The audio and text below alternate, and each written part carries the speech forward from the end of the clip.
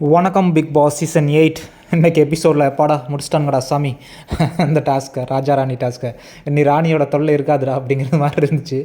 So அதில் மொத்தம் 4 அந்த அரியணை ஏறுறது தான் அந்த டாஸ்கோட மெயின் இது.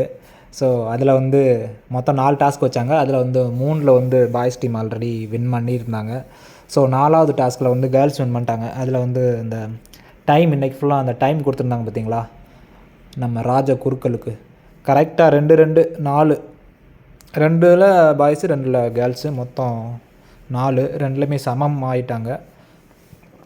அதனால் இப்போதைக்கு என்ன டைம்னு கேட்டதில் கேர்ள்ஸ் டீம் வின் பண்ணிட்டாங்க. ஸோ ஒரு டாஸ்கில் கேர்ள்ஸ் டீம் வின்னு 3ல் பாய்ஸ் வின் பண்ணிட்டாங்க. ஸோ மெஜாரிட்டி பாய்ஸ் டீம் அப்படிங்கிறதுனால நம்ம ராணுவ கேசரி அவருக்கு வந்து கிரீடம் கொடுத்துட்டாங்க. பயங்கர என்ஜாய்மெண்ட்டாக இருக்காங்க பசங்க. ஸோ இந்த வீக்கு ஃபுல்லாக என்னங்க ஆச்சு பொண்ணுங்களுக்கு? எல்லா டாஸ்க்லையுமே தோற்றுட்டாங்க. என்ன இப்படி போயிட்டுருக்கு காம்படிஷன்? அப்போ சரியாக இருக்காது, ஒரு இன்ட்ரெஸ்டிங் இல்லாமல் இருக்காது. அப்படி மாறி மாறி வின் பண்ணால் தான் சூப்பராக இருக்கும். அப்படி ஒரு டீமே வின் பண்ணிக்கிட்டு இருந்தால் அவங்க ஒரு மாதிரி இதாகிடுவாங்க, டிப்ரெஸ் ஆகிடுவாங்க. இவங்க ஓவர் கான்ஃபிடென்ட் ஆகிடும். ஸோ என்னன்னு தெரில, அவங்க இப்படி போயிட்டுருக்காங்க. ஒருவேளை ஆர்ஜி ஆனந்தி இல்லாதனாலையா? ஆர்ஜி ஆனந்தி தான் அவங்களுடைய லக்கி ஜாமாக இருக்குமோ. ஸோ வின் பண்ணதுக்கப்புறம் நல்ல ஒரு விஷயம் பண்ணார் நம்ம ராணுவ கேசரி. ஸோ அடுத்த நாட்டு ராணியவும் கூப்பிட்டு அவங்களுக்கு கிரீடத்தை வச்சு இந்த நாடு எல்லாருக்கும் சொந்தம் அப்படின்னு ஒரு அறிவிப்பை வெளியிட்டாங்க. பார்க்குறதுக்கு நல்லா இருந்துச்சு.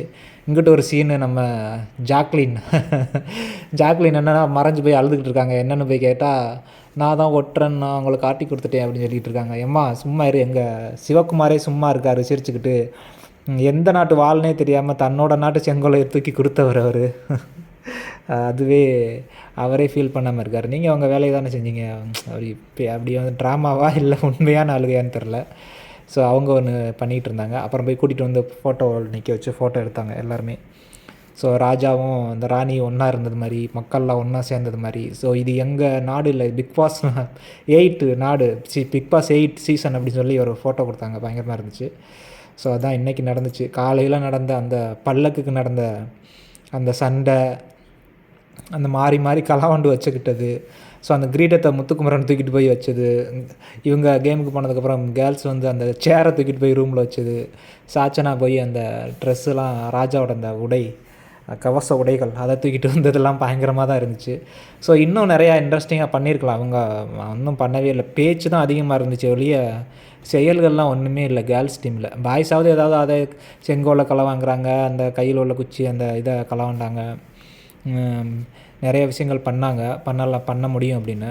கேர்ள்ஸ் டீம் வந்து பேசிக்கிட்டே தான் இருந்தாங்களே ஒழிய ஒன்றும் ராணி வந்து அந்தளவுக்கு செயல்பட சொல்லலையோ நம்மன்னு தெரியல. ஸோ இன்னும் கேர்ள்ஸ் டீம் வந்து நிறையா திங்க் பண்ணணும்.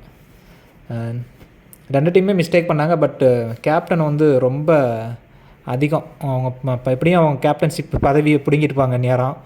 பார்க்கலாம் என்னென்ன அடுத்து நடக்க போகுதுல.